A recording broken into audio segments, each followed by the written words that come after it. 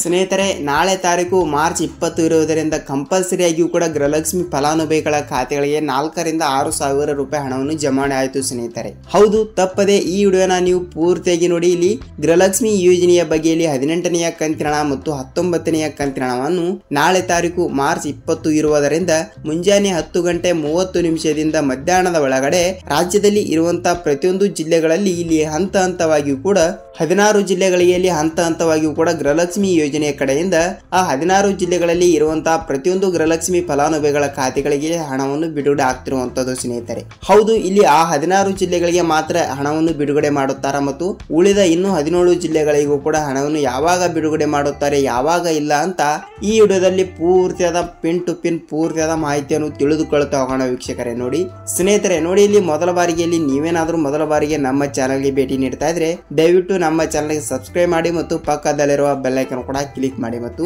ವಿಡಿಯೋನ ಸ್ಟಾರ್ಟ್ ಮಾಡೋಕ್ಕಿಂತ ಮುಂಚೆ ವಿಡಿಯೋಗೆ ಒಂದೊಂದು ಲೈಕ್ ಮಾಡಿ ಮತ್ತು ಈ ವಿಡಿಯೋನ ಎಲ್ಲಿ ಸ್ಕಿಪ್ ಮಾಡದೆ ಪೂರ್ತಿಯಾಗಿ ನೋಡಿ ಸ್ನೇಹಿತರೆ. ಹೌದು, ಏಕೆಂದರೆ ನೀವು ಸ್ಕಿಪ್ ಮಾಡಿ ನೀವು ಅರ್ಧಂಬರ್ಧ ಮುಂದೆ ಓಡಿಸಿ ನೋಡ್ತೀರಾ. ಆದರೆ ಆ ರೀತಿ ಮಾಡಿದರೆ ನಿಮಗೆ ಗೃಹಲಕ್ಷ್ಮಿ ಯೋಜನೆ ಹಣವನ್ನು ಇಲ್ಲಿ ಆ 16 ಜಿಲ್ಲೆಗಳಿಗೆ ಯಾವಾಗ ಬಿಡುಗಡೆ ಆಗುತ್ತದೆ ಮತ್ತು ಯಾವ ಜಿಲ್ಲೆಗಳಲ್ಲಿ ಇರುವಂತಹ ಫಲಾನುಭವಿಗಳ ಖಾತೆಗಳಿಗೆ ಬಿಡುಗಡೆ ಆಗುತ್ತದೆ ಅಂತ ನಿಮಗೆ ಇಲ್ಲಿ ಯಾವುದೇ ರೀತಿಯಾಗಿಯೂ ಕೂಡ ಮಾಹಿತಿ ಗೊತ್ತಾಗಲ್ಲ. ಅದಕ್ಕಾಗಿ ಕಂಪಲ್ಸರಿಯಾಗಿ ಕೂಡ ಈ ವಿಡಿಯೋನ ನೀವು ಎಲ್ಲಿ ಸ್ಕಿಪ್ ಮಾಡದೆ ಕೊನೆ ತನಕ ನೋಡಬಹುದು. ಈ ವಿಡಿಯೋನ ನೋಡಿದರೆ ಮಾತ್ರ ನಿಮಗೆ ಗೃಹಲಕ್ಷ್ಮಿ ಯೋಜನೆಯ ಕಡೆಯಿಂದ ಪೂರ್ತಿಯಾದ ಮಾಹಿತಿ ಗೊತ್ತಾಗುತ್ತದೆ ಸ್ನೇಹಿತರೆ. ಹಾಗಿದ್ರೆ ಬನ್ನಿ ವಿಡಿಯೋನ ಸ್ಟಾರ್ಟ್ ಮಾಡೋಣ ಮತ್ತು ವಿಡಿಯೋನ ತಪ್ಪದೆ ಒಂದೊಂದು ಲೈಕ್ ಮಾಡಿ ಮತ್ತು ಇಷ್ಟವಾದರೆ ಕಮೆಂಟ್ ಕೂಡ ಮಾಡಬಹುದು ಸ್ನೇಹಿತರೆ. ಹಾಗಿದ್ರೆ ಬನ್ನಿ ಸ್ನೇಹಿತರೆ, ತಡಕ್ಕೆ ವಿಡಿಯೋನ ಸ್ಟಾರ್ಟ್ ಮಾಡೋಣ ವೀಕ್ಷಕರೇ. ಹೌದು, ಇಲ್ಲಿ ಕರ್ನಾಟಕ ರಾಜ್ಯದಲ್ಲಿ ಈಗಾಗಲೇ ಗೃಹಲಕ್ಷ್ಮಿ ಯೋಜನೆ ಹಣವನ್ನು ಪಡೆಯುತ್ತಿರುವ ಪ್ರತಿಯೊಂದು ಫಲಾನುಭವಿಗಳ ಖಾತೆಗಳು ಇಲ್ಲಿ ರಾಜ್ಯದಲ್ಲಿ 1,35,00,000 ಮಹಿಳೆಯರು ಇರುವಂತದ್ದು.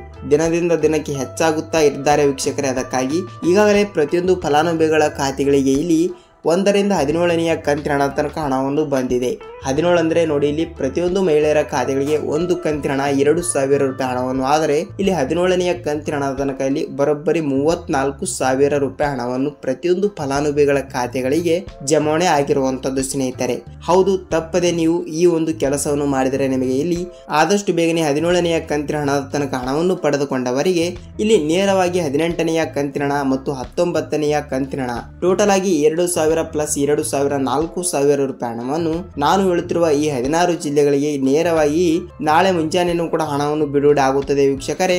ನೀವು ಇವತ್ತು 20 ತಾರೀಕು ಇವತ್ತು ಮುಂಜಾನೆ ವಿಡಿಯೋ ನೋಡ್ತಾ ಇದ್ರೆ ಕಂಪಲ್ಸರಿಯಾಗಿಯೂ ಕೂಡ ನಿಮ್ಮ ಖಾತೆಗಳಿಗೆ ಇವತ್ತೇ 10 ಗಂಟೆ 30 ನಿಮಿಷದಿಂದ ಮಧ್ಯಾಹ್ನದ ಒಳಗಡೆ ಪ್ರತಿಯೊಂದು ಫಲಾನುಭವಿಗಳ ಖಾತೆಗಳಿಗೆ ಇಲ್ಲಿ ನಿಮಗೆ 4,000 ರಿಂದ 6,000 ರೂಪಾಯಿ ಹಣವನ್ನು ಈ 16 ಜಿಲ್ಲೆಗಳಿಗೆ ಬಿಡುಗಡೆ ಆಗ್ತಿರುವಂತದ್ದು. ಹಾಗಿದ್ರೆ ಆ 16 ಜಿಲ್ಲೆಗಳು ಯಾವ ಅಂತ ತಿಳಿದುಕೊಳ್ಳುತ್ತಾ ಹೋಗೋಣ ಬನ್ನಿ ಸ್ನೇಹಿತರೆ. ನೋಡಿ, ಇಲ್ಲಿ ಮೊದಲನೇದಾಗಿ 16 ಜಿಲ್ಲೆಗಳು ಯಾವುವು ಅಂತ ನೋಡುವುದಾದರೆ ಕೋಲಾರ ಜಿಲ್ಲೆ, ವಿಜಯಪುರ ಜಿಲ್ಲೆ, ದಾವಣಗೆರೆ ಜಿಲ್ಲೆ, ಧಾರವಾಡ ಜಿಲ್ಲೆ, ಗದಗ ಜಿಲ್ಲೆ, ಗುಲ್ಬರ್ಗ ಜಿಲ್ಲೆ, ಬೀದರ್ ಜಿಲ್ಲೆ, ಹಾಸನ್ ಜಿಲ್ಲೆ, ಬಳ್ಳಾರಿ ಜಿಲ್ಲೆ, ಚಿತ್ರದುರ್ಗ ಜಿಲ್ಲೆ, ತುಮಕೂರು ಜಿಲ್ಲೆ, ಚಾಮರಾಜನಗರ ಜಿಲ್ಲೆ, ಚಿಕ್ಕಬಳ್ಳಾಪುರ ಜಿಲ್ಲೆ, ಮಂಗಳೂರು ಜಿಲ್ಲೆ, ಉಡುಪಿ ಜಿಲ್ಲೆ ಮತ್ತು ಮಂಡ್ಯ ಜಿಲ್ಲೆ ಸ್ನೇಹಿತರೆ. ಹೌದು ವೀಕ್ಷಕರೇ, ನಾನು ಹೇಳುತ್ತಿರುವ ಈ 16 ಜಿಲ್ಲೆಗಳು ಇನ್ನೊಂದು ಸಲ ಹೇಳೋದು ಬೇಡ ವೀಕ್ಷಕರೇ, ಕಂಪಲ್ಸರಿಯಾಗಿಯೂ ಕೂಡ ಈ 16 ಜಿಲ್ಲೆಗಳಲ್ಲಿ ಕೂಡ ನಿಮ್ಮ ಜಿಲ್ಲೆನೂ ಕೂಡ ಒಂದು ಆಗೇ ಆಗಿರುತ್ತದೆ. ಅದಕ್ಕಾಗಿ ನೀವು ಕೂಡ ಈ 16 ಜಿಲ್ಲೆಯವರು ಆಗಿದ್ದರೆ ಕಂಪಲ್ಸರಿಯಾಗಿಯೂ ಕೂಡ ಬಂತು ವೀಕ್ಷಕರೇ. ನಿಮಗೆ ಇಲ್ಲಿ 4,000 ರೂಪಾಯಿ ಹಣ ತಪ್ಪದೆ ನೀವು ಕೂಡ 4,000 ರೂಪಾಯಿ ಹಣವನ್ನು ಪಡೆದುಕೊಳ್ಳಬೇಕಾದರೆ ನೀವು ತಪ್ಪದೆ ಈ ಒಂದು ಕೆಲಸವನ್ನು ತಪ್ಪದೆ ಮಾಡಿ. ಅತಿ ಬೇಗನೆ ಇಲ್ಲಿ ನಿಮಗೆ ತಪ್ಪದೆ ಹಣವನ್ನು 4,000 ರೂಪಾಯಿ ಹಣವನ್ನು ಬಿಡುಗಡೆ ಆಗುತ್ತದೆ ಸ್ನೇಹಿತರೆ. ಹಾಗಿದ್ರೆ ಯಾವ ಒಂದು ಕೆಲಸ ಅಂತ ನೋಡಿಕೊಳ್ಳುವುದಾದರೆ ಸ್ನೇಹಿತರೆ, ನೋಡಿ, ನಾನು ಪ್ರತಿಯೊಂದು ವಿಡಿಯೋದಲ್ಲಿಯೂ ಕೂಡ ಪದೇ ಹೇಳ್ತಾ ಇರ್ತೀನಿ. ಏನೆಂದರೆ ನೋಡಿ ವೀಕ್ಷಕರೇ, ನಿಮ್ಮ ಬ್ಯಾಂಕ್ ಖಾತೆಗೆ ಹಣವನ್ನು ಜಮಾವಣೆ ಆಗುವ ಬ್ಯಾಂಕ್ ಎಲ್ಲಿ ಇರುತ್ತದೆಯೋ ಅಲ್ಲಿ ನೀವು ಒಂದು ಸಲ ಭೇಟಿ ನೀಡಿ ನಿಮ್ಮ ಪಾಸ್ಬುಕ್ ಜೆರಾಕ್ಸ್ ಮತ್ತು ನಿಮ್ಮ ಆಧಾರ್ ಕಾರ್ಡ್ ಜೆರಾಕ್ಸ್ ಮತ್ತು ನಿಮ್ಮ ಆಧಾರ್ ಕಾರ್ಡ್ಗೆ ಲಿಂಕ್ ಆಗಿರುವ ಒಂದು ಮೊಬೈಲ್ ನಂಬರ್ ಅನ್ನು ತೆಗೆದುಕೊಂಡು ಕಂಪಲ್ಸರಿಯಾಗಿಯೂ ಕೂಡ ಈ KYC ಮಾಡಿಸಬೇಕು ಸ್ನೇಹಿತರೆ. ಹೌದು, ನಾನು ಪದೇ ಮತ್ತೆ ಹೇಳ್ತಾ ಇದ್ದೀನಿ. ನೀವು ಈ KYC ಮಾಡಿಸಿದರೆ ಮಾತ್ರ ಇಲ್ಲಿ ಸರ್ಕಾರದಿಂದ ನೇರವಾಗಿ ಬರುವಂತಹ ಇಲ್ಲಿ ಗೃಹಲಕ್ಷ್ಮಿ ಆಗಲಿ, ಅನ್ನಭಾಗ್ಯ ಆಗಲಿ ಮತ್ತು ನೇರವಾಗಿ ಬರುವಂತಹ ಡೆಬಿಟ್ ಹಣವನ್ನು ನಿಮ್ಮ ಖಾತೆಗಳಿಗೆ ಇಲ್ಲಿ ಯಾವುದೇ ತೊಂದರೆ ಇಲ್ಲದೆ ಹಣವನ್ನು ಬಿಡುಗಡೆ ಆಗುತ್ತದೆ. ನೀವು ಇಲ್ಲೇ ಎಡವಟ್ಟು ಮಾಡಿದರೆ ನಿಮಗೆ ಇಲ್ಲಿ ಯಾವುದೇ ರೀತಿಯಾಗಿ ಕೂಡ ಹಣವನ್ನು ಬರಲ್ಲ. ಅದು ಪೆಂಡಿಂಗ್ ಆಗಿ ಇರುತ್ತದೆ ಸ್ನೇಹಿತರೆ. ಅದಕ್ಕಾಗಿ ಕಂಪಲ್ಸರಿಯಾಗಿ ಕೂಡ ಈ KYC ಯನ್ನು ನೀವು ತಪ್ಪದೆ ನಿಮ್ಮ ಬ್ಯಾಂಕಿಗೆ ಹೋಗಿ ಮಾಡಿಸಬೇಕು. ಇದು ಮೊದಲನೇ ಒಂದು ರೂಲ್ಸ್ ಆಗಿರುತ್ತದೆ, ನಾನು ಪದೇ ಪದೇ ಹೇಳ್ತಾ ಇರ್ತೀನಿ. ಮತ್ತು ಇಲ್ಲಿ ಎರಡನೇ ಒಂದು ರೂಲ್ಸ್ ನೋಡಿಕೊಳ್ಳುವುದಾದರೆ ಸ್ನೇಹಿತರೆ, ಇದು ತುಂಬಾ ಸಿಂಪಲ್ ವೀಕ್ಷಕರೇ, ಎಲ್ಲರೂ ಕೂಡ ಈ ರೂಲ್ಸ್ ಅನ್ನು ಫಾಲೋ ಮಾಡಿರುತ್ತೀರಾ, ಆದ್ರೂ ಹೇಳ್ತೀನಿ ನೋಡಿ. ಏನೆಂದ್ರೆ ನೀವು ಗೃಹಲಕ್ಷ್ಮಿ ಯೋಜನೆಯ 18, 19ನೆಯ ಕಂತಿನ ಹಣ 4,000 ರೂಪಾಯಿ ಹಣವನ್ನು ಒಟ್ಟಿಗೆ ಪಡೆದುಕೊಳ್ಳುವರಾಗಿದ್ದರೆ ನೋಡಿ, ನೀವು 17ನೆಯ ಕಂತಿನ ಹಣವನ್ನು ಪಡೆದುಕೊಂಡಿರಬೇಕು. ಹೌದು ಸ್ನೇಹಿತರೆ, ಏಕೆಂದರೆ ನೀವು 17ನೆಯ ಕಂತಿನ ಹಣ 2,000 ರೂಪಾಯಿ ಹಣವನ್ನು ಪಡೆದುಕೊಂಡಿದ್ದರೆ ನಿಮಗೆ ಇಲ್ಲಿ ನೇರವಾಗಿ 18ನೆಯ ಕಂತಿನ ಹಣ ಮತ್ತು ಅದರ ಜೊತೆಗೆ 19ನೆಯ ಕಂತಿನ ಹಣವನ್ನು ಕೂಡ ತಪ್ಪದೆ ಪಡೆದುಕೊಳ್ಳುತ್ತೀರಾ. ಈ ಒಂದು ರೂಲ್ಸ್ ಅನ್ನು ನೀವು ಎಲ್ಲರೂ ಪಾಲಿಸಿರುತ್ತೀರಾ ಅಂತ ಅಂದುಕೊಳ್ಳುತ್ತೀನಿ. ಮತ್ತು ನಿಮಗೆ ಇನ್ನೂ ತನಕ 17ನೆಯ ಕಂತಿನ ಹಣವನ್ನು ಕೂಡ ಬಂದಿಲ್ಲ ಅಂದ್ರೆ ತಪ್ಪದೆ ನಮ್ಮ ಚಾನೆಲ್ಗೆ ಹೋಗಿ ಒಂದು ಭೇಟಿ ನೀಡಿ ಮತ್ತು ಅದರಲ್ಲಿ 17ನೆಯ ಕಂತಿನ ಹಣವನ್ನು ಪಡೆದುಕೊಂಡಿಲ್ಲ ಅಂದ್ರೆ ಏನು ಮಾಡಬೇಕು ಅಂತ ಅದರಲ್ಲಿ ಕೂಡ ಒಂದು ಮಾಹಿತಿ ನಾನು ಕೊಟ್ಟಿದ್ದೇನೆ ಸ್ನೇಹಿತರೆ. ನೋಡಿ, ಈ ರೂಲ್ಸ್ ಅನ್ನು ಎಲ್ಲರೂ ಫಾಲೋ ಮಾಡಿರ್ತೀರಾ ಅಂತ ಅಂದುಕೊಂಡಿದ್ದೀನಿ. ಮತ್ತು ಮೂರನೇ ಒಂದು ರೂಲ್ಸ್ ಗೆ ಬರೋಣ ಸ್ನೇಹಿತರೆ. ವೀಕ್ಷಕರೇ ನೋಡಿ, ನಿಮ್ಮ ರೇಷನ್ ಕಾರ್ಡ್ ಇರುತ್ತದೆಯಲ್ಲ, ನಿಮ್ಮ ರೇಷನ್ ಕಾರ್ಡ್ ಮತ್ತು ನಿಮ್ಮ ಆಧಾರ್ ಕಾರ್ಡ್ ಲಿಂಕ್ ಆಗಿರಬೇಕು ಸ್ನೇಹಿತರೆ. ಹೌದು, ನಿಮ್ಮ ರೇಷನ್ ಕಾರ್ಡ್ ಮತ್ತು ನಿಮ್ಮ ಆಧಾರ್ ಕಾರ್ಡ್ ಲಿಂಕ್ ಆಗಿಲ್ಲ ಅಂದ್ರೆ ನಿಮಗೆ ಇಲ್ಲಿ ಯಾವುದೇ ರೀತಿಯಾಗಿ ಕೂಡ ಗೃಹಲಕ್ಷ್ಮಿ ಹಣ ಬರಲ್ಲ.